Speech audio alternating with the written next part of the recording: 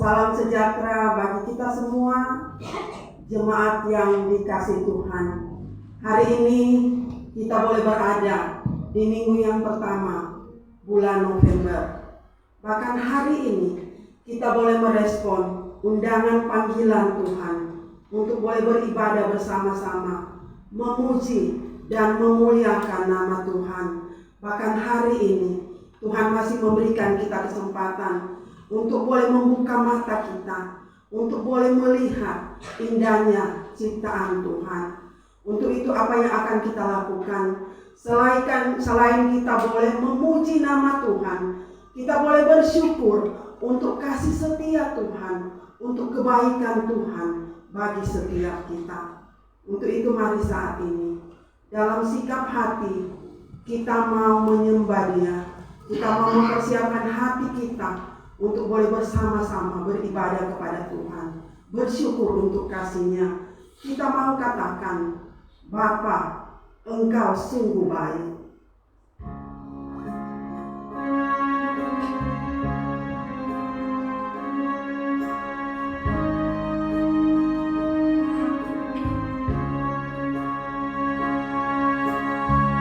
Bapa, Engkau sungguh baik. Bapa,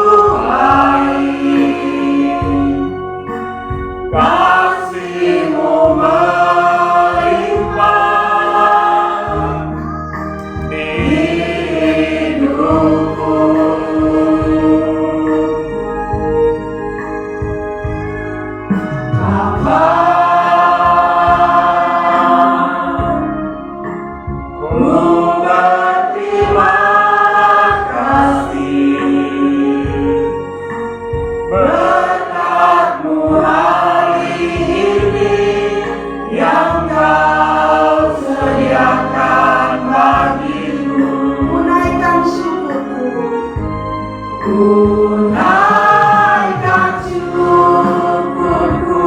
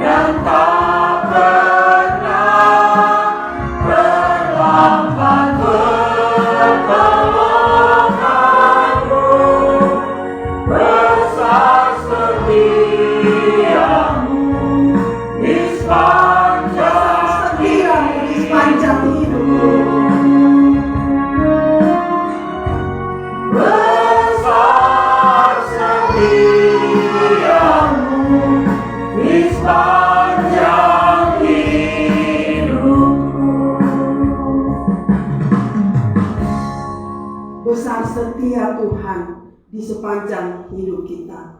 Untuk itu, mari kita terus memberikan penghormatan kita, pujian dan sembah kita kepada Tuhan. Jemaat saya jemput bangkit berdiri. Kita angkat pujian, hormat bagi Allah Bapa. KPPK 391 ayat 1 sampai 3.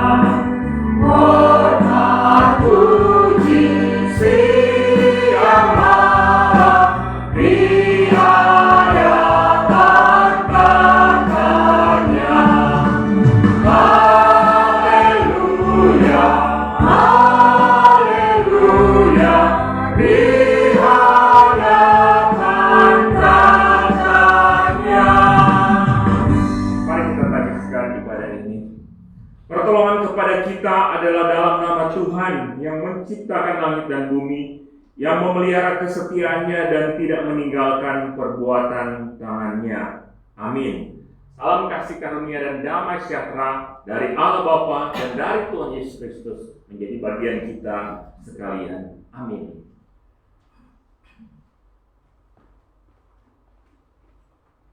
Jemaat masih tetap berdiri. Mari kita terus memuji dan memuliakan nama Tuhan. Kita angkat pujian, satukanlah hati kami.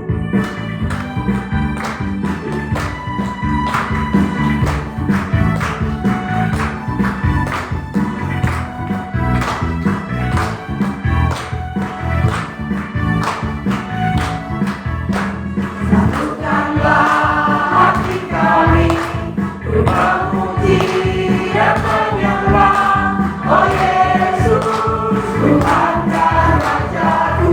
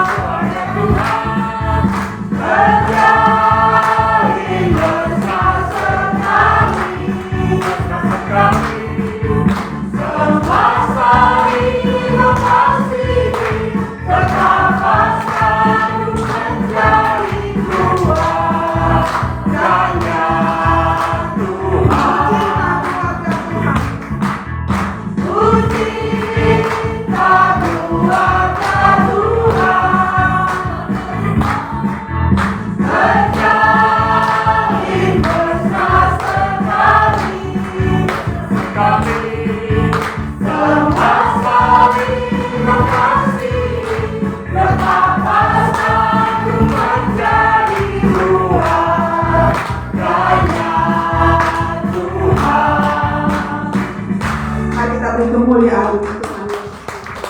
Jemaat dipersilakan duduk.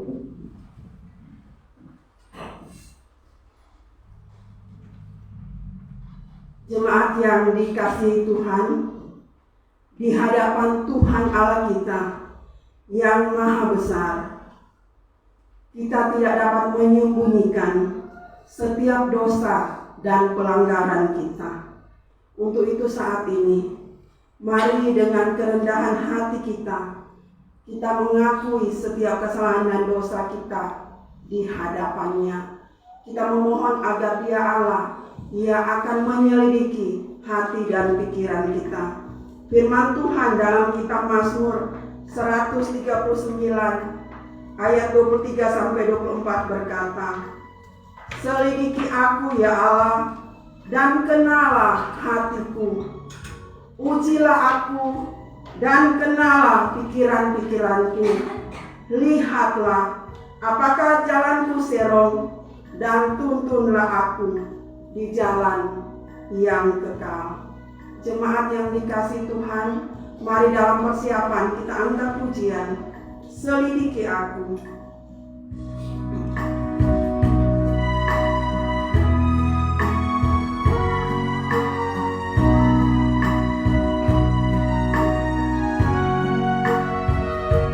Selidiki aku, lihat hatiku, apakah ku sungguh mengasihimu, Yesus. Kau yang Maha Tahu dan menilai hidupku, tak ada yang tersembunyi bagimu. Aku lihat kebaikan,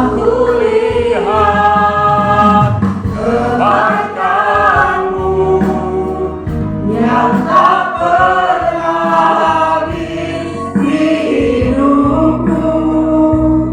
Ku berjuang sampai akhirnya, Kau dapati aku tetap setia. Selidiki aku, lihat hatiku, apakah ku sungguh mengasihimu, Yesus. Kau yang Maha Tahu dan menilai hidupku, tak ada yang tersembunyi bagimu. Aku lihat kebaikanmu yang tak pernah habis di hidupku. Ku berjuang sampai akhirnya, Kau dapati aku tetap setia. Jemaat yang dikasihi Tuhan, mari masing-masing kita datang di hadapan Tuhan dengan hati yang jujur, mau mengakui setiap kesalahan dan dosa-dosa kita di hadapan Tuhan. Bagi Tuhan, tidak ada satupun yang kita bisa sembunyikan.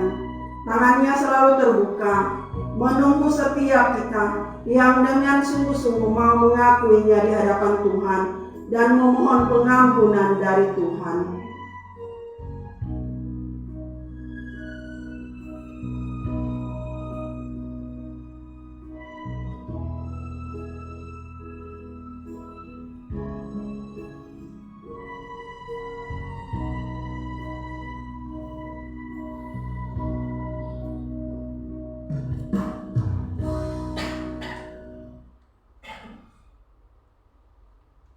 Bapa di dalam surga, ini setiap kami anak-anak-Mu datang dengan penuh kerendahan hati di hadapan Tuhan, yang sudah mengakui setiap kesalahan dan dosa kami di hadapan Tuhan. Ampuni dan sucikan setiap kami ya Tuhan, dan layakan setiap kami. Terima kasih untuk kasih-Mu, terima kasih untuk pengorbanan-Mu yang luar biasa buat setiap kami. Terima kasih untuk karya terbesar-Mu yang mau mati buat setiap kami di atas kayu salib. Terima kasih Tuhan, terima kasih. Terima kasih untuk pengampunan yang Tuhan sudah berikan bagi setiap kami. Terima kasih. Ini ucapan syukur kami. Ini pengakuan kami di hadapan-Mu Tuhan. Di dalam nama Tuhan Yesus Kristus adalah Tuhan dan Juru Selamat kami yang hidup. Kami sudah berdoa. Amin. Kepada tiap-tiap orang yang dengan tulus ikhlas mengaku dosanya di hadapan Allah, dengarkanlah berita anugerah Allah. Kolose 1 ayat 13-14. Ia telah melepaskan kita dari kuasa kegelapan dan memindahkan kita ke dalam kerajaan anaknya yang kekasih. Di dalam Dia kita memiliki penebusan, yaitu pengampunan dosa. Jemaat yang dikasihi Tuhan, mari dengan sukacita kita mau bersyukur kepada Tuhan untuk pengampunannya bagi setiap kita. Kita angkat pujian, hanyalah darah Yesus, ayat 1 dan ayat 3.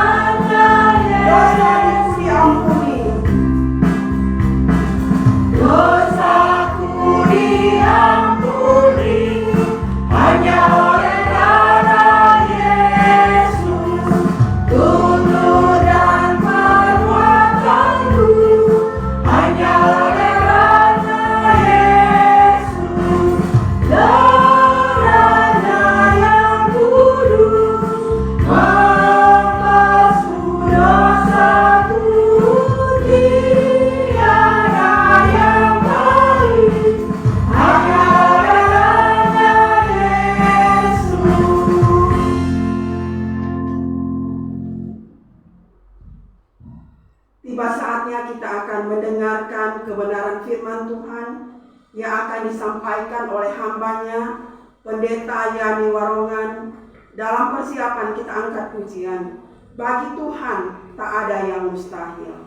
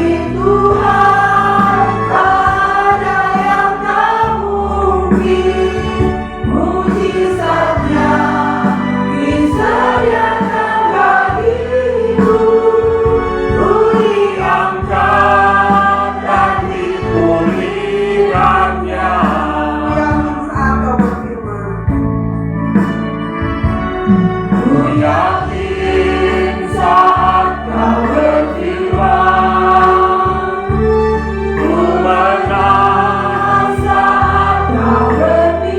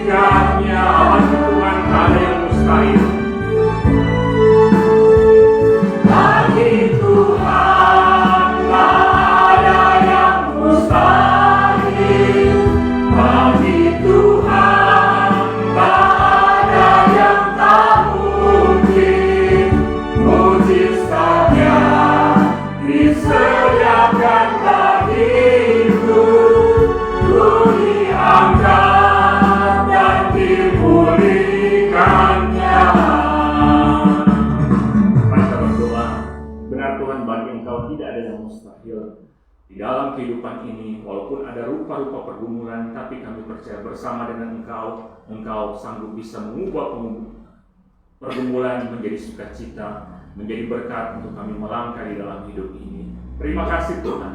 Dan saat ini kami akan lagi belajar dari kebenaran firman Tuhan. Biarlah Tuhan menolong, Tuhan memampukan kami untuk memahami apa maksud Tuhan lewat firman-Mu. Biarlah Tuhan beri pengertian bagi kami. Hamba-Mu yang terbatas ini dimampukan oleh Tuhan untuk menyampaikannya. Terpujilah Engkau Tuhan. Di dalam nama Tuhan Yesus, firman yang hidup kami berdoa kepada Bapa di surga. Amin. Shalom. Shalom. Ya, puji nama Tuhan. Kasih Tuhan besar bagi kita semua. Bahkan juga dalam pelayanan di GKI ada begitu. Kita terus melangkah dalam pelayanan bersama untuk kemuliaan Tuhan. Ya, bersyukur kemarin kita dikunjungi oleh hamba-hamba Tuhan dari luar, dan Pendeta Lee dan Ibu. Dan dalam sharing-sharing kami ada banyak hal yang bisa didapatkan. Satu hal yang penting, seringkali orang memahami, oh si gereja A seperti ini, si gereja B seperti ini, tapi dia katakan hanya ada dua gereja sebenarnya di dunia ini, yaitu gereja yang benar dan gereja yang salah. Gereja yang mengajarkan hal yang benar dan gereja yang mengajarkan hal yang salah. Ada denominasi itu hal yang lain, tapi dua garis besar gereja, yaitu gereja yang mengajarkan yang benar sesuai kebenaran firman Tuhan, atau gereja yang menyimpang dari kebenaran firman Tuhan. Ya, kita berharap gereja kita dan berjuang agar gereja kita ada di gereja yang benar. Bukan cara ibadahnya, bukan bentuk ibadahnya, itu juga penting, tapi yang paling utama mengajarkan hal yang benar, dan jemaat yang ada juga melakukan hal yang benar di dalam kehidupan. Ya, doakan dalam relasi-relasi ke depan, ya kan, salah satu misionaris yang ada, kalau Tuhan berkenan boleh jadi bagian pelayan misionaris 100 anak-anak di GKI. Ya, tentunya ada juga di bagian kita, kalau Tuhan berkenan. Ya, terus berdoa supaya kita boleh membangun relasi kemitraan. Karena gereja akan berkembang kalau ada kemitraan dengan tubuh Kristus sebagai satu kesatuan gereja-gereja di tengah-tengah dunia ini untuk menjangkau lebih banyak orang bagi Kristus, membangun relasi. Nah, di pagi hari ini kita juga akan membicarakan tentang hal yang paling penting, yaitu relasi yang terdekat dengan kita, yaitu tentang keluarga. Relasi yang paling dekat, yang paling kecil yang ada dalam komunitas kita, baik sebagai gereja maupun sebagai bangsa ini, yaitu relasi di tengah-tengah keluarga. Bagaimana Allah membentuk keluarga di dalam kehidupan kita. Kita ada di tengah-tengah keluarga sambil mempersiapkan diri kita masuk dalam perayaan Natal. Karena apa? Yesus pun hadir di tengah-tengah keluarga. Sebenarnya kan bisa aja kan? Nah, di keluarga kan bisa aja. Bukankah Allah berkuasa? Tapi dia perlu hadir di tengah-tengah keluarga. Di tengah-tengah kehidupan, status Tuhan memakai Yusuf dan Maria untuk menjadi teladan bagi kita betapa pentingnya keluarga itu di dalam kehidupan umat manusia. Mari kita membaca bagian firman Tuhan dalam Kejadian 2 ayat 18 hingga ayat 25. Kalau di Kejadian 2 ayat 18 hingga ayat 25, Kejadian 2 ayat 18 hingga ayat 25, demikian firman Tuhan. Ayat 18, Tuhan Allah berfirman, tidak baik kalau manusia itu seorang diri saja. Aku akan menjadikan penolong baginya yang sepadan dengan dia. Lalu Tuhan Allah membentuk dari tanah segala binatang hutan dan segala burung di udara. Dibawanyalah semuanya kepada manusia itu untuk melihat bagaimana ia menamainya. Dan seperti nama yang diberikan manusia itu kepada tiap-tiap makhluk yang hidup, demikian nanti nama makhluk itu. Manusia itu memberi nama kepada segala ternak, kepada burung-burung di udara, dan kepada segala binatang hutan. Tetapi baginya sendiri ia tidak menjumpai penolong yang sepadan dengan dia.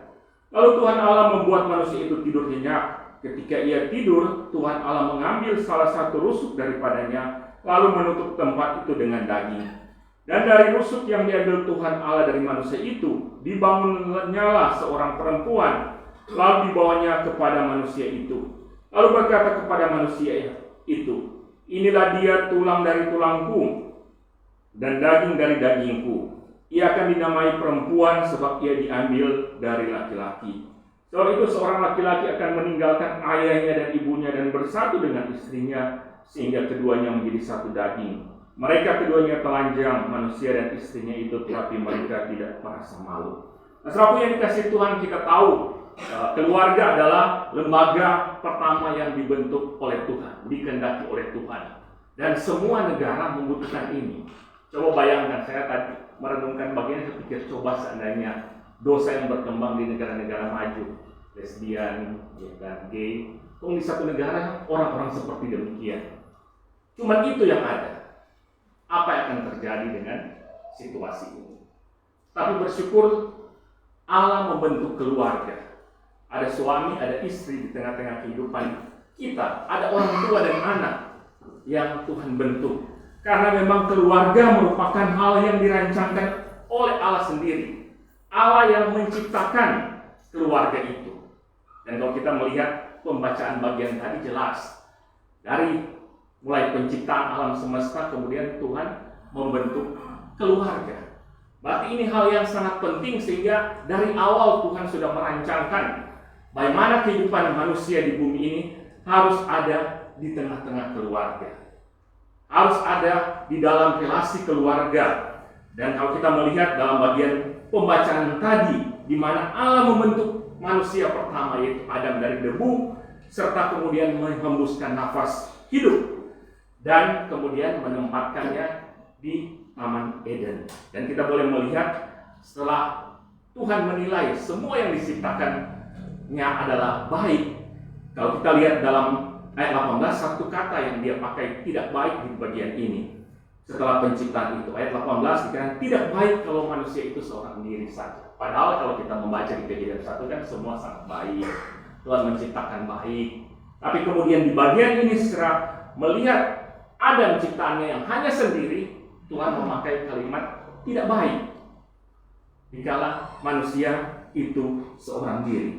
Dan Allah kemudian mencoba menciptakan makhluk yang lain, yaitu binatang dan burung, dan diberi kepada Adam. Memang Adam kemudian menamainya sebagai bagian yang akhirnya menjadi nama-nama binatang di masa saat ini. Tapi Adam tidak mendapatkan seorang penolong yang sepadan dengan makhluk lain tersebut. Walaupun memang di masa saat ini berkembang hak-hak binatang, ya kan? Kalau mungkin kita ya di sini orang makan semua itu binatang, sehingga waktu kemarin jalan-jalan lagi ada yang bicara, di sini semua dimakan, ya kan? Orang mengeri dengan ini. Tapi di negara-negara lain memperjuangkan hak binatang, bahkan berjuang untuk hidup hanya untuk binatang.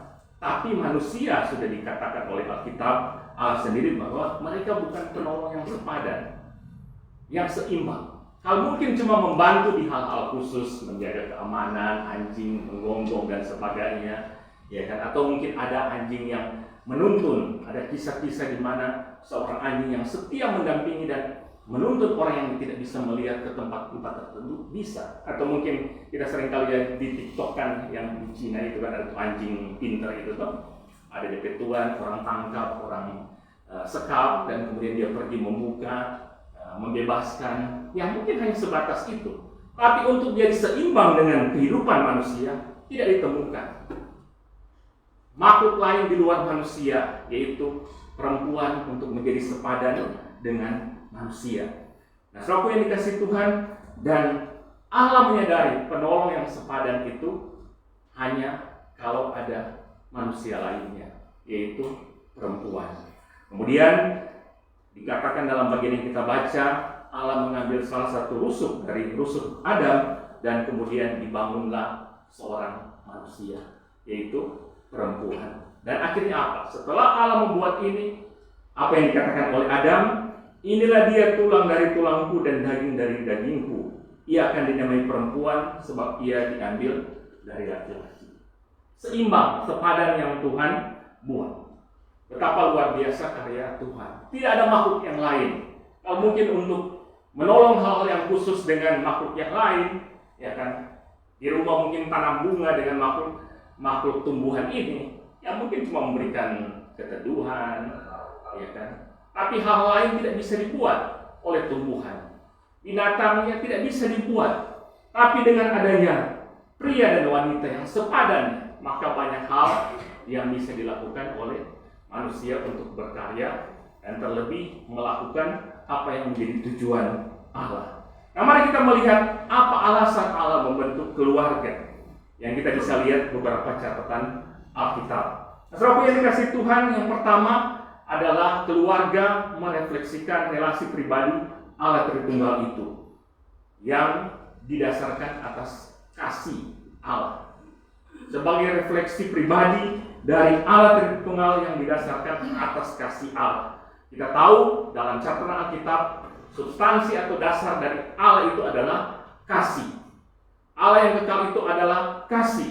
Dan sebelum ada alam semesta, kalau kita melihat sebelum peristiwa penciptaan di Kejadian pasal 1, belum ada yang lain.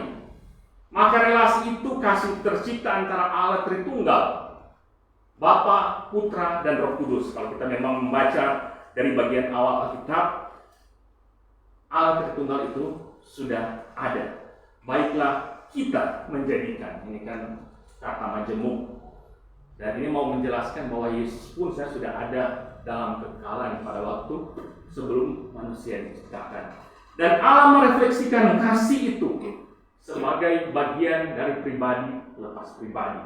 Allah mengasihi anak, anak mengasihi Roh Kudus mengasihi Bapa, dan tercipta relasi untuk saling mengasihi, dan relasi itu sempurna sebagai teladan dari relasi dan refleksi dari kasih Allah. Dan Allah menciptakan keluarga untuk merefleksikan hal itu, sehingga relasi paling intim dan paling pribadi adalah relasi di tengah-tengah keluarga, secara khusus kehidupan suami istri. Walaupun ada orang yang mengatakan, saya lebih berrelasi dengan baik dengan TTM, ya, dari masa-masa lalu kan. Karena kalau orang begini, tapi istri begini, tapi suami begini, lebih relasi dengan teman-teman Bupati Mesra, atau di masa ini dengan alumni, ya kan, ada banyak grup-grup alumni. Kadangkala, saya lebih suka cita kalau ada bersama-sama dengan grup alumni daripada ada di rumah. Tidak ada yang bisa melebihi sesungguhnya dari relasi pribadi antara keluarga, secara khusus dengan suami istri. Lebih parah lagi kalau orang mengatakan, saya lebih berrelasi dengan baik dengan Will, dengan Bill, dengan Google. Ya kan, tidak ada sebenarnya.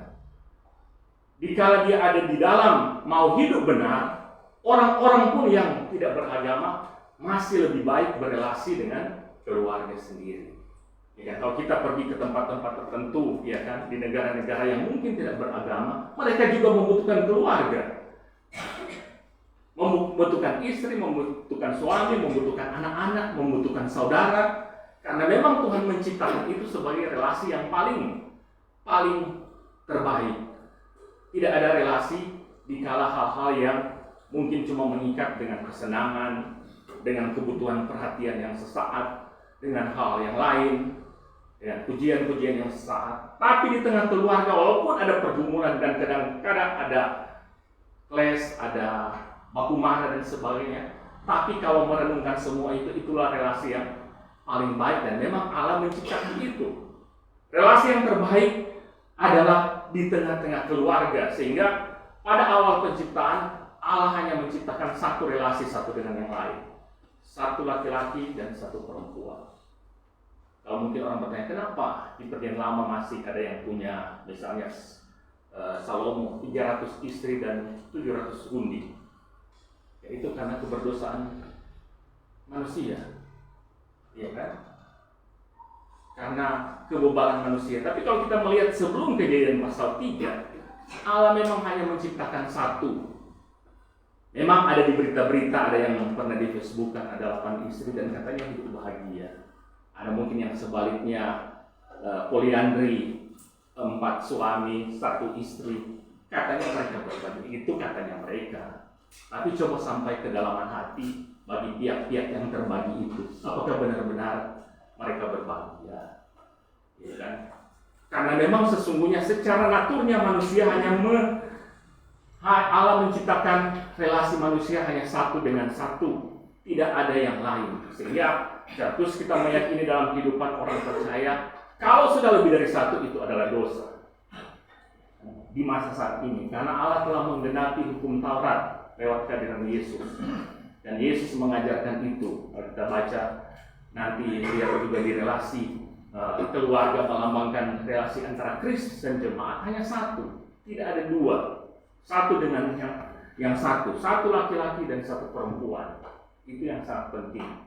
Tapi mungkin orang yang mengatakan, oh, satu laki-laki dan satu laki-laki. Satu kan? Nah, itu dosa juga itu.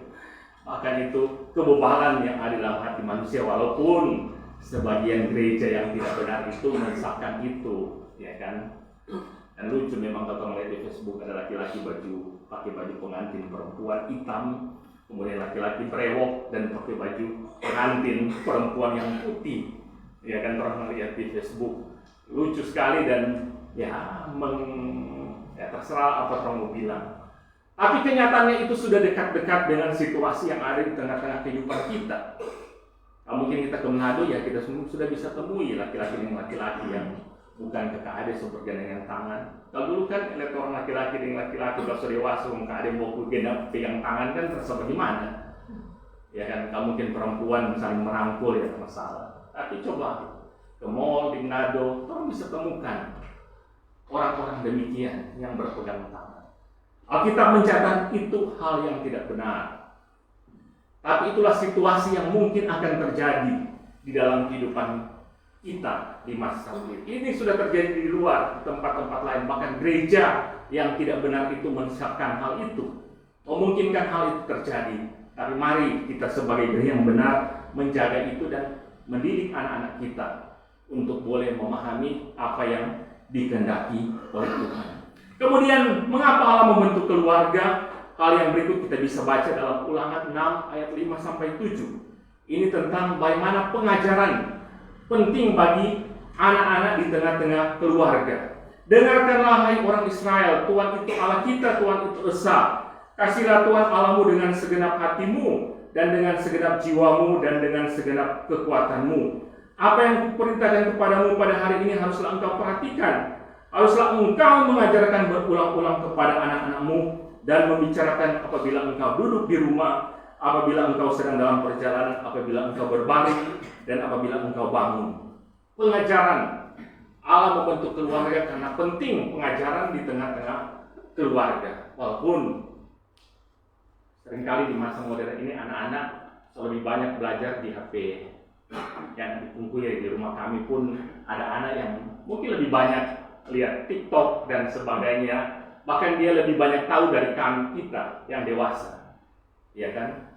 Memang lebih enak lihat apa yang di TikTok karena cuma singkat tapi langsung ke inti. Itu kan teknik publikasi kan? Cuma singkat yang disampaikan tapi membekas di apa yang kita lihat atau di reel di Facebook, ya kan? Kalau orang lihat itu sedap dia lihat, cuma singkat dan kadang-kadang sangat menarik, hanya berhenti, belum tahu endingnya tapi sudah berhenti, ya kan? Ya itu memang kita tidak pungkiri, sehingga mungkin kita juga perlu memanfaat itu. Tapi kalau kita melihat dari sejarahnya, penting di tengah-tengah keluarga anak untuk belajar tentang Tuhan dalam relasi dengan Tuhan. Ya bersyukurkan Reva. Orang nggak usah rasa terganggu kalau dia menyanyi, ya kan? Biar aja. Kalaupun mungkin mamanya, bapaknya harus seringkali ke tangga, mereka pun pasti berusaha. Orang pun waktu punya kana, waktu masih kecil, berusaha untuk menghindar dari semuanya itu, ya kan? Tapi ini bagian dari bagaimana mengajarkan anak-anak, sehingga tidak perlu malu bawa anak-anak ke gereja, dia akan mengganggu dan sebagainya, ya kan? Walaupun orang pun punya hikmat, kali ya super teriak-teriak ya orang mau ke atas, ya kan? Itu hikmat yang Tuhan taruh. Tapi mungkin kita yang dewasa jangan rasa terganggu, karena ini proses bagian untuk mengajarkan kepada anak-anak. Seperti yang sering-sering kami kemarin dengan pendeta yang dari Amerika itu mengatakan, di Amerika anak-anak sudah ada di gereja. Bahkan di Amerika 5 tahun mereka sudah bisa memilih mereka mau beragama atau tidak. Baru 5 tahun, orang kan mungkin pemahaman 17 tahun kan.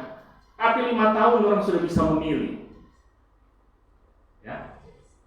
Ya, memilih jenis kelamin maksudnya. Otomatis kalau mereka memilih jenis kelamin, agama pun, ya kan.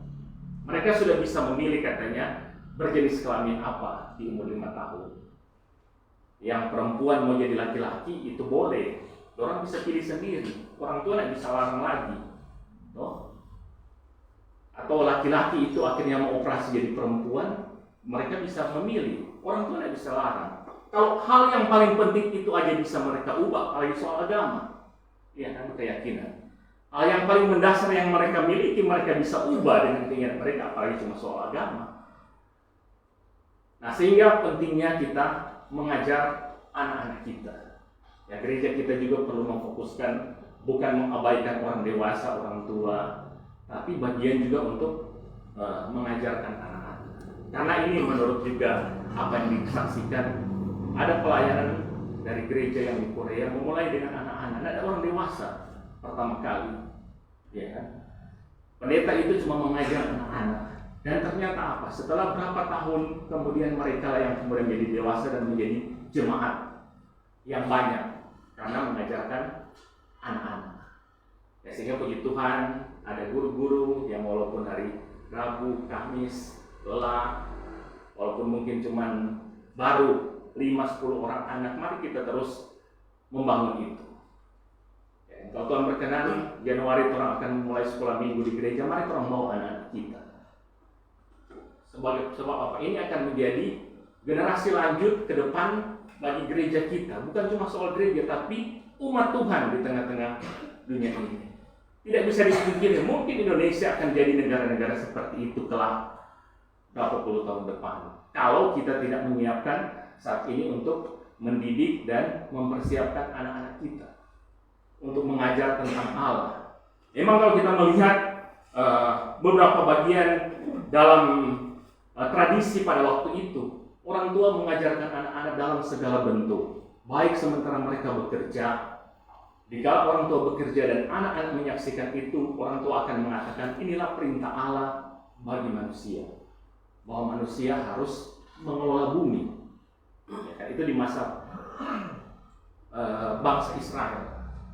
Orang tua akan mengajarkan hal demikian. Jika ibu membuat roti atau memasak, maka ibu tersebut akan mengajarkan, inilah perintah Tuhan bahwa orang tua harus menyiapkan makanan dan Allah memberkati lewat jerih lelah kehidupan keluarga. Kalau kita mungkin langsung bisa mengajarkan yang langsung dalam kehidupan kita. Kalau kita berusaha, kita mungkin mengingatkan bagi anak-anak kita, kenapa harus keluar setiap hari? Karena harus bekerja sebagai wujud perintah Tuhan. Yang penting, kenapa keluar tiap malam? Karena ada Google di sana. Kita perlu mengajarkan keluarga kita, anak-anak kita sebagai generasi penerus gereja. Dan kalau kita melihat dalam Mazmur 78 ayat 37, bangsa Israel pada waktu itu sangat penting mereka menceritakan tentang kasih Allah. Kalau kita lihat dalam Mazmur 78 ayat 3, di situ dikatakan, yang telah kami dengar dan kami ketahui dan yang diceritakan kepada kami oleh nenek moyang kami tidak hendak sembunyikan kepada anak-anak mereka, tetapi kami akan ceritakan kepada angkatan yang kemudian puji-pujian kepada Tuhan dan kekuatannya dan perbuatan-perbuatan ajaib yang telah dilakukannya. Dan ayat-ayat selanjutnya, komitmen dari umat Tuhan, kami akan menceritakan akan perbuatan-perbuatan Tuhan, kebaikan-kebaikan Tuhan di dalam kehidupan kita. Ini sangat penting kita menceritakan, sehingga ibadah keluarga, ibadah kaum pria, kaum wanita, mari ada punya kesaksian pribadi, kita menceritakan kebaikan-kebaikan Tuhan di dalam kehidupan kita. Aku yang dikasih Tuhan, kemudian mengapa Allah perlu membentuk keluarga? Karena keluarga adalah unit terkecil dalam kehidupan gereja untuk menjadi saksi. Untuk boleh menjadi saksi. Kita ingat apa yang dikatakan oleh Yosua kepada umat Israel bahwa aku dan seisi rumahku kami akan beribadah kepada Tuhan. Ini komitmen yang luar biasa dari kepala keluarga, bahwa saya dan seisi rumah saya akan beribadah kepada Tuhan. Dan ini sebuah kesaksian bagi bangsa Israel. Bahkan kalau kita membaca di bagian-bagian akhir kitab Yosua memberi pilihan kepada umat Israel. Kalian mau ikut saya yang beribadah kepada Tuhan atau mau ikut yang lain? Ini kan tantangan dan kesaksian. bahwa keluarga dipakai oleh Tuhan dan lewat Yosua untuk menjadi kesaksian bagi bangsa, bagi umat Tuhan, bahkan bagi bangsa lain, bahkan bagi kita di masa saat ini, agar orang lain boleh datang kepada Tuhan. Dikala keluarga yang dibangun dengan sungguh-sungguh beribadah kepada Tuhan, maka tentunya itu akan menjadi kesaksian. Anak-anak yang kuat di dalam iman, bersekutu dengan Tuhan. Soal keberhasilan materi kan itu relatif penilaian masing-masing, ya kan? Tapi bagaimana relasi yang dibangun antara suami istri dengan Tuhan yang menjadi kesaksian bagi anak-anak, dan itu boleh menjadi pegangan bagi mereka. Betapa orang tua yang membangun hidup benar dengan Tuhan, ayah dan ibu yang membangun relasi benar dengan Tuhan, dan ini akan menjadi kesaksian. Dikala mereka melihat orang tua yang memprioritaskan Tuhan, atau bagi kita yang ama-ama yang memprioritaskan Tuhan di dalam kehidupan kita, dan boleh menjadi kesaksian bagi mereka. Kemudian hal berikut, mengapa Allah membentuk keluarga? Karena disinilah karakter ilahi bisa dibentuk. Lewat pengajaran kepada anak-anak, menjadi kesaksian bagi mereka. Kita ingat Timotius, ya kan? Timotius dididik dengan baik oleh mamanya dan neneknya. Kalau kita baca dalam 2 Timotius 1 ayat 5 dan seterusnya. Dan di usia muda dia bisa menjadi gembala di Efesus. Dan sangat jelas di situ dikatakan, sebab aku teringat akan imanmu yang tulus ikhlas, yaitu iman yang pertama-tama hidup di dalam nenekmu Lois dan di dalam ibumu Eunike, yang aku yakin hidup juga di dalam dirimu.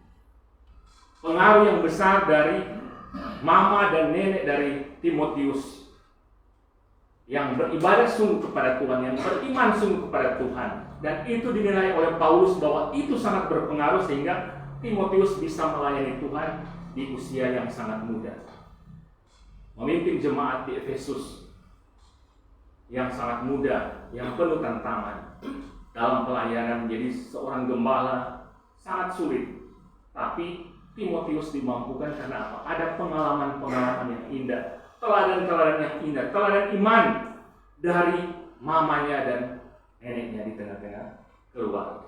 Akhirnya bisa membentuk karakter yang baik bagi Timotius yang boleh menjadi berkat bagi banyak orang.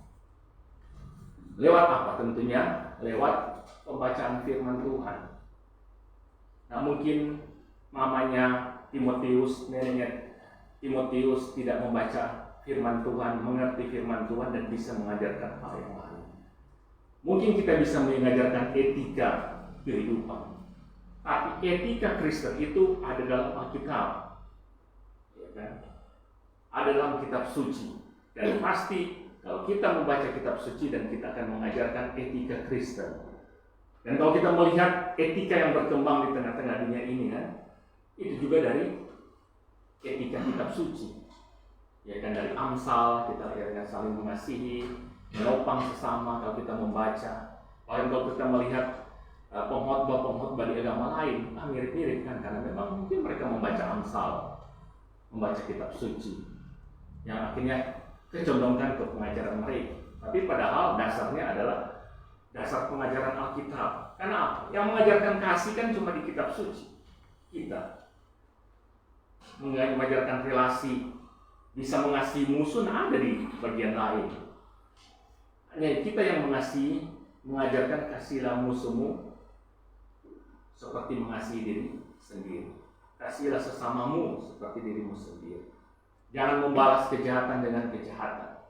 Jangan menghakimi dan sebagainya. Hanya dalam etika kehidupan Kristen yang mengajarkan hal itu. Kemudian setelah terjadi pembentukan karakter ilahi, maka di sini akan melambangkan antara Kristus dan jemaat. Kita ingat pengajaran Paulus kepada jemaat di Efesus bahwa rahasia ini besar. Kalau kita baca Efesus 5 ayat 32, tetapi yang aku maksudkan ialah hubungan Kristus dan jemaat. Dikala keluarga yang benar-benar dibangun dengan takut akan Tuhan, maka ini akan menjadi kesaksian bagi orang lain bahwa inilah relasi kehidupan kekristenan. Rahasia besar yang sudah disingkapkan kepada kita. Jika kita melihat ada suami, ada istri, ada anak-anak, itulah relasi antara Kristus dan jemaat. Kalau kita baca dalam Efesus 5 ayat berapa 21 sampai 33. Ya, ingat ini karena ini teks pernikahan dikhotbahkan kepada kami pada waktu itu, hampir 20 tahun lalu. Bagaimana relasi antara bapak dan ibu atau suami dan istri yang melambangkan kasih antara Kristus dan jemaat. Sehingga mari kita membangun itu dan orang yang boleh melihat itu dan memuliakan nama Tuhan. Bagi kita yang sementara mempersiapkan diri, mari kita bangun dari saat ini. Dan yang terakhir, melahirkan keturunan ilahi. Nah, ini hal yang terakhir, ya kan? Walaupun kemauan kita supaya kita menikah, supaya ada anak-anak. Tapi sesungguhnya apa artinya anak-anak ada dalam kehidupan kita kalau mereka tidak diajarkan hal yang baik, tidak ada karakter ilahi, mereka tidak mengerti siapa Tuhan di dalam kehidupan kita. Bahkan mungkin membuat banyak masalah dalam kehidupan kita sehingga kadang-kala ada orang tua lebih baik kita sunat selahir pemana. Ya, Tuhan harap orang tidak pernah mengatakan demikian. Apapun yang terjadi dengan situasi anak-anak kita, mereka sudah ada dalam kehidupan kita. Dan kita jangan sampai mengutuk mereka, lebih baik kalau tidak pernah dilahirkan. Ya, walaupun mungkin sudah pernah terucap, ya Tuhan minta ampun kepada Tuhan. Ya kan? Karena walaupun sulitnya mereka saat ini, mereka adalah anak-anak kita yang perlu kita luruskan, kita ajarkan, kita kasihi di dalam kehidupan mereka. Dan kita berkati agar mereka melalui pembaharuan di dalam kehidupan mereka. Sehingga yang kalau kita bacakan di Maleakhi 2 ayat 14, ayat 15, bukankah Allah yang esa menjadikan mereka daging dan roh, dan apakah yang dikehendaki kesatuan itu, yaitu kesatuan suami dan istri itu, keturunan ilahi. Jadi jagalah dirimu dan janganlah orang tidak setia terhadap istri dari masa mudamu. Ya, mungkin di masa ini bukan hanya istri tapi dengan suami. Kenapa pada waktu itu? Karena memang suami pada waktu itu punya kewenangan untuk menceraikan istri tanpa sebab apapun. Dia bisa menceraikan karena pada waktu itu, sehingga hanya di teks ditulis setia terhadap istri. Tapi di masa ini pun istri harus setia kepada suami. Jika Tuhan sudah memberikan itu, apapun yang terjadi, mari kita tetap setia di bagian kita yang sudah dipercayakan. Nah, betapa pentingnya maksud Allah dalam membangun keluarga. Mari kita menjaga, membina kehidupan keluarga yang sementara ada dalam bagian kita masing-masing. Apapun yang sudah Tuhan percayakan, mari kita jaga itu dan boleh menjadi kesaksian bagi banyak orang dengan apa? Menempatkan Kristus sebagai pemimpin di tengah keluarga kita. Sebagai gembala agung yang menuntun kehidupan keluarga kita. Sebagai Allah yang ada, yang berkuasa di dalam kehidupan kita. Jika kita tahu Kristus yang menjadi pemimpin, persoalan apapun tidak ada yang lebih besar yang kita pikir dalam diri kita. Karena masih ada Kristus, kan? Jika suami istri menempatkan Kristus sebagai pemimpin, sebagai kepala, suami tidak akan pernah merasa bangga bahwa dialah yang punya kuasa yang besar, karena masih ada Kristus. Istri pun tidak pernah akan merasa bangga, dia punyalah yang kuasa yang besar, karena masih ada Kristus. Karena Tuhan tempatkan Kristus di dalam kehidupan keluarga. Sehingga kalaupun punya pergumulan masalah dan suami istri menundukkan diri di hadapan Kristus, merendahkan diri sama-sama, kita pasti akan ada jalan keluar dalam situasi yang terjadi. Mari kita kerjakan bagian kita yang sudah membangun keluarga, kerjakan itu bersama-sama. Yang sementara mempersiapkan, kerjakan itu apa yang menjadi bagian kita, dan kita akan merasakan sukacita dan bahagia ada di tengah-tengah keluarga. Tuhan Yesus memberkati firman-Nya. Amin. Mari kita berdoa. Tuhan, kami bersyukur untuk kasih dan anugerah Tuhan di dalam kehidupan kami. Jika kami ada di tengah-tengah keluarga, itu karena kemurahan Tuhan, perkenan Tuhan bagi kami. Untuk itu Tuhan menolong kami semua. Bahkan secara khusus di antara kami yang mendengarkan bagian firman ini, jika ada pergumulan-pergumulan di tengah-tengah kehidupan pribadi yang menyangkut dengan keluarga kami, biarlah Tuhan lawan. Untuk itu saudaraku yang kasih Tuhan, mari bawa kehidupan keluarga kita masing-masing. Apakah orang tua dan anak, suami dan istri, mari kita bawa kepada Tuhan. Karena kita tahu Tuhan mengasihi kita dan Tuhan akan memberikan jalan keluar. Mari kita bawa kepada Tuhan.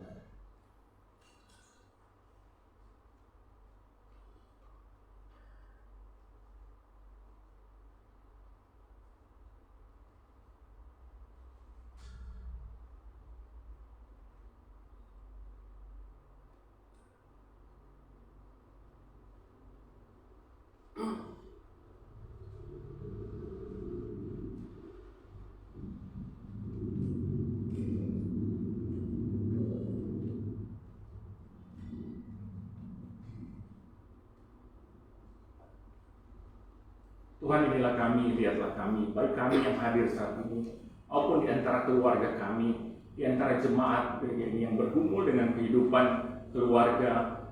Biarlah Tuhan tolong, Tuhan campur tangan, buka jalan Tuhan atas setiap permasalahan-permasalahan yang ada.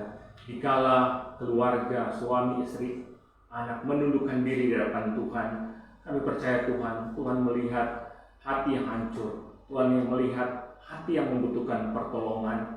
Biarlah Tuhan melihat masing-masing kami, melihat pribadi lepas pribadi kami, di tengah-tengah posisi kami di dalam keluarga. Tuhan melihat kami semua. Terima kasih Tuhan. Tuhan menolong dan campur tangan. Kerinduan-kerinduan kami biarlah Tuhan jawab tepat pada waktunya di tengah-tengah keluarga kami masing-masing, pribadi lepas pribadi. Terima kasih Tuhan, dan terus lawat jemaat GKI Agape Bitung, kami semua yang hadir di pagi ini. Tuhan melihat kami dengan kerinduan-kerinduan kami, dengan pergumulan-pergumulan kami. Tuhan jawab tepat pada waktunya Tuhan. Yang sakit dipulihkan, yang bergumul dengan masalah-masalah hidup dijamah dan dilawat oleh Tuhan. Kami taruh ke dalam tangan Tuhan. Terima kasih Tuhan. Yang sementara berjuang dalam perekonomian, biarlah Tuhan buka jalan. Pekerjaan Tuhan buka jalan. Kami serahkan ke dalam tangan-Mu.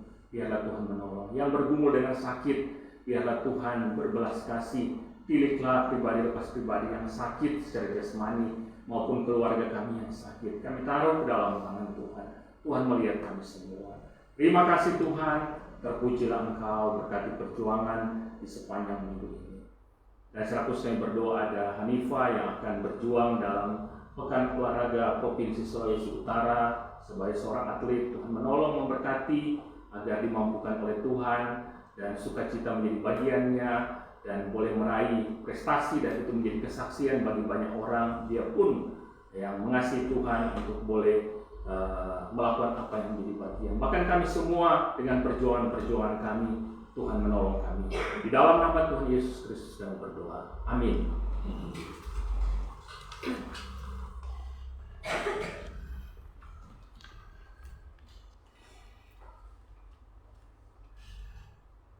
Jemaat yang dikasihi Tuhan, saya jemput kita semua bangkit berdiri.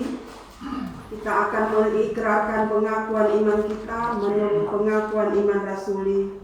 Demikian, aku percaya kepada Allah Bapa yang Maha Kuasa, Bapa langit dan bumi, dan kepada Yesus Kristus Anaknya yang tunggal Tuhan kita, yang dikandung daripada Roh Kudus, lahir dari anak darah Maria, yang menderita sengsara di bawah pemerintahan Pontius Pilatus, disalibkan, mati dan dikuburkan, turun ke dalam kerajaan maut. Pada hari yang ketiga bangkit pula dari antara orang mati, naik ke surga, duduk di sebelah kanan Allah Bapa yang Maha Kuasa, yang akan datang dari sana untuk menghakimi orang yang hidup dan mati. Aku percaya kepada Roh Kudus, gereja yang kudus dan am, persekutuan orang kudus, pengampunan dosa, kebangkitan tubuh, dan hidup yang kekal.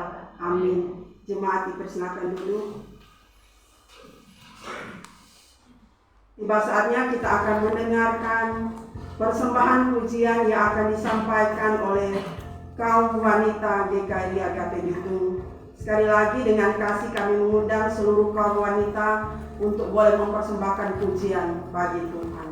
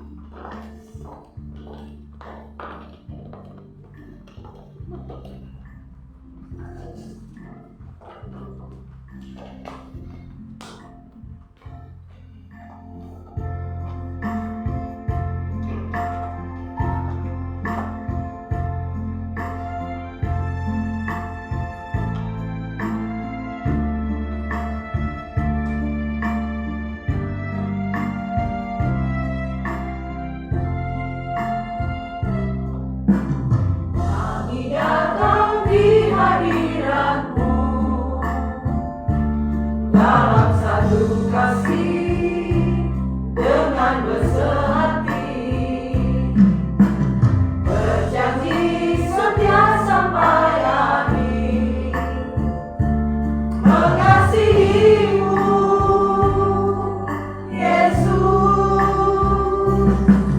Bersama keluargaku melayani Tuhan, bersatu selamanya mengasihi Engkau. Tiada yang dapat melebihi kasih-Mu ya Tuhan. Bagi kami Engkau segalanya.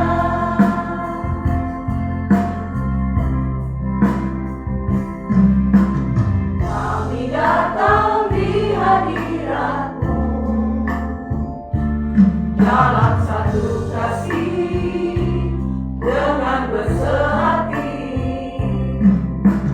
berjanji setia sampai akhir, mengasihi-Mu Yesus. Bersama keluargaku melayani Tuhan, bersatu selamanya mengasihi Engkau. Tiada yang dapat melebihi kasih-Mu ya Tuhan. Bagi kami Engkau segalanya. Bersama keluargaku melayani Tuhan, bersatu selamanya mengasihi Engkau. Tiada yang dapat melebihi kasih-Mu ya Tuhan. Bagi kami Engkau segalanya.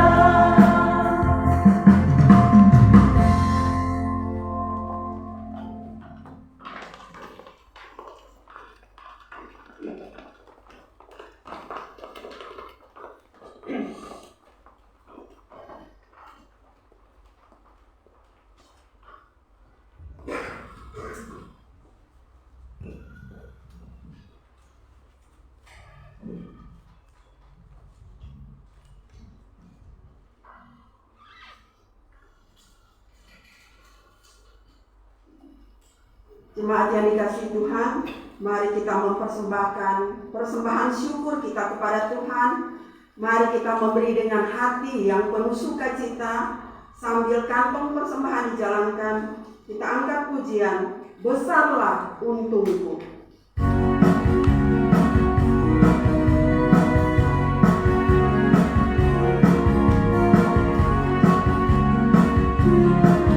Besarlah untungku jika Yesus milikku, bersuka jiwaku karena yang penuh. Meskipun langit keras bagai dunia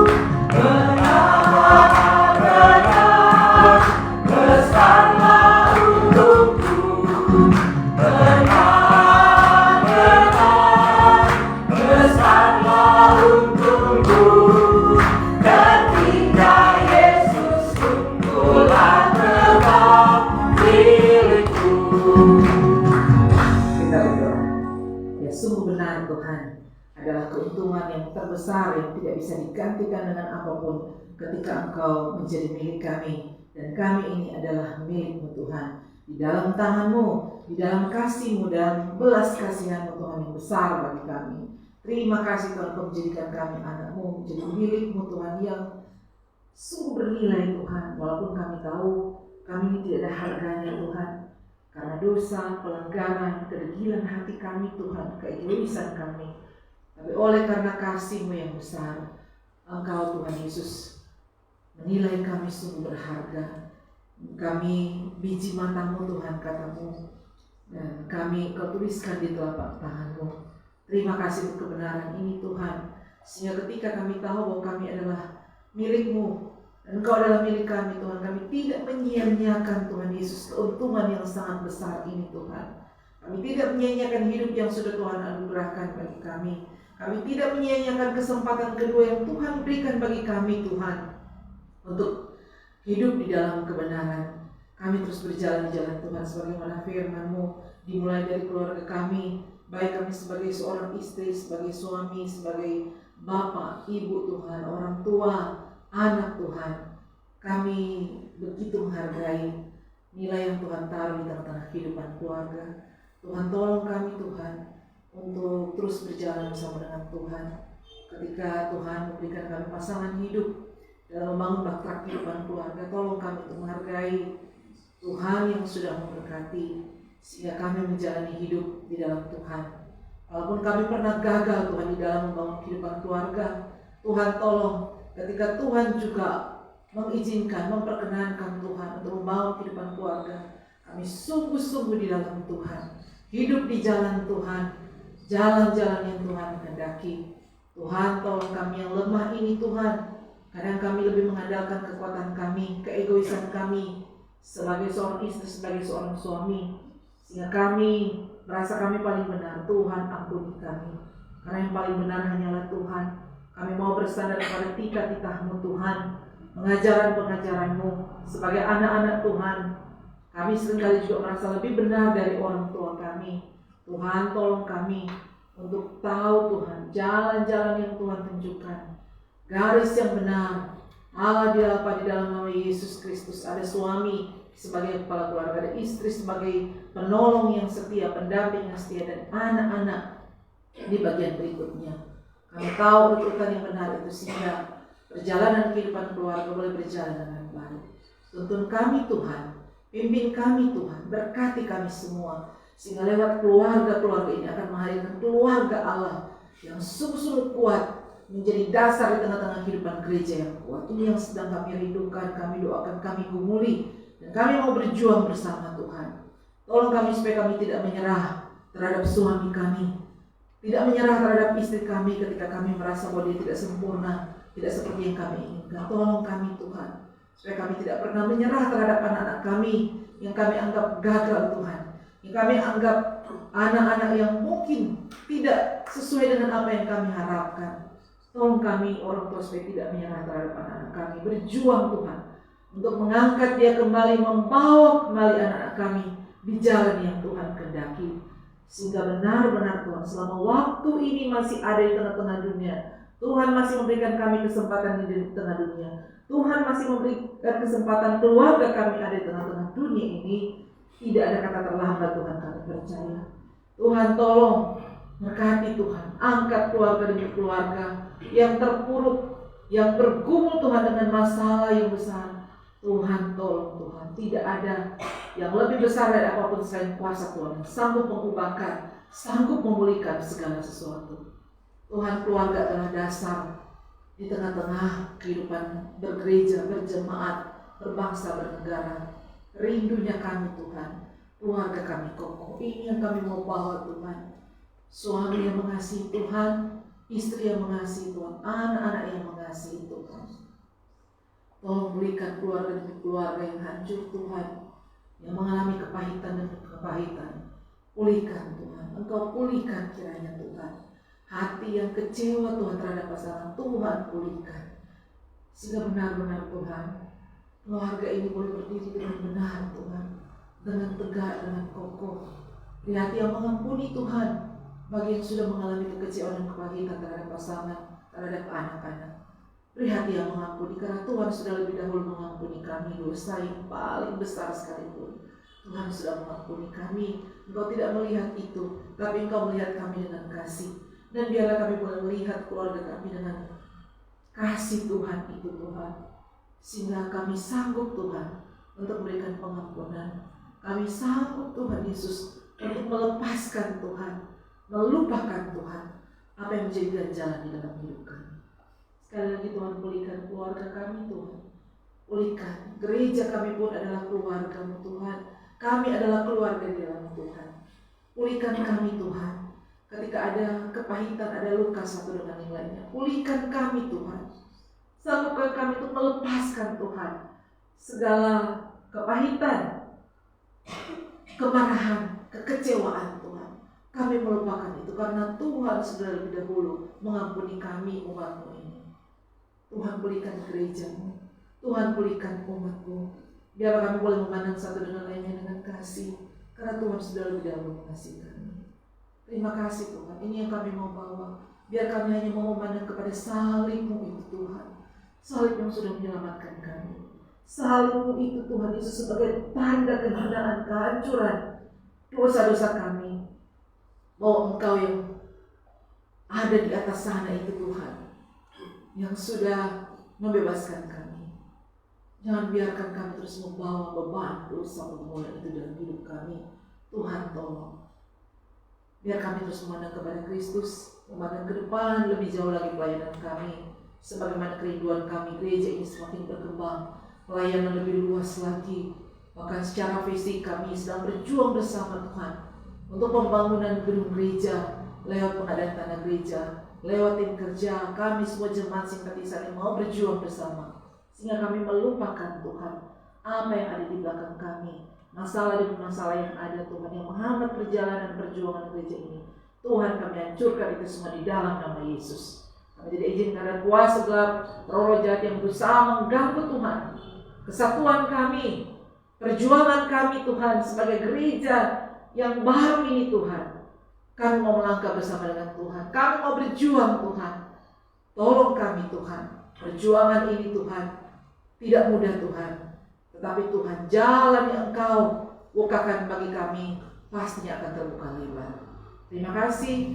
Kami bersyukur kepada Tuhan, menyerahkan ke dalam tangan Tuhan, dan percaya sungguh-sungguh kepada Tuhan. Terima kasih untuk pemberian diri kami, pemberian persembahan kami kuduskan. Seberapa itu, Tuhan, tapi kami beri dengan hati. Seberapa itu, Tuhan, kuduskan. Bahkan biar itu boleh berlipat ganda bagi pelayanan yang ada. Di dalam Tuhan kami serahkan hidup kami, kerinduan kami, doa kami. Dan kami menutup dengan doa Bapa kami yang akan kami ucapkan bersama.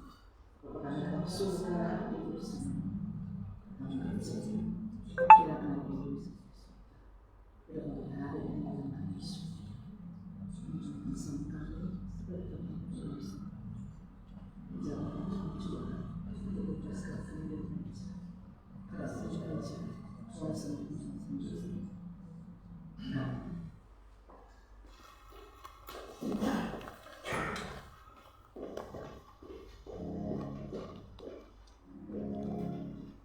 Kita akan mengakhiri ibadah kita pada siang hari ini. Jemaat diundang bangkit berdiri. Biarlah segala pujian, hormat hanya bagi Tuhan Yesus Kristus. Kita angkat pujian doksologi, doa tutup dan berkat oleh Pendeta Yani Warongan.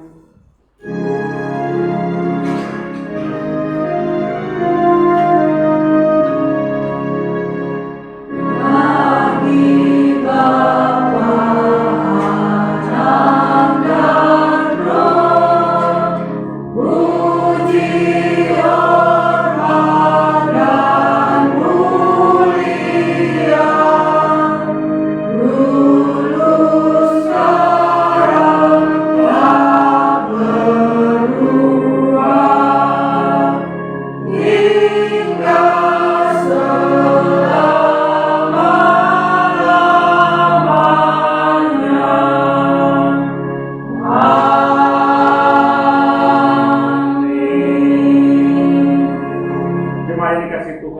arahkan hatimu kepada Tuhan, angkatlah tanganmu, pergilah dengan damai sejahtera dan terimalah berkat Tuhan. Tuhan memberkati engkau dan melindungi engkau. Tuhan menyinari engkau dengan wajah-Nya dan memberi engkau kasih karunia. Tuhan menghadapkan wajah-Nya kepadamu dan memberi engkau damai sejahtera, sekarang ini sampai selama-lamanya. Amin.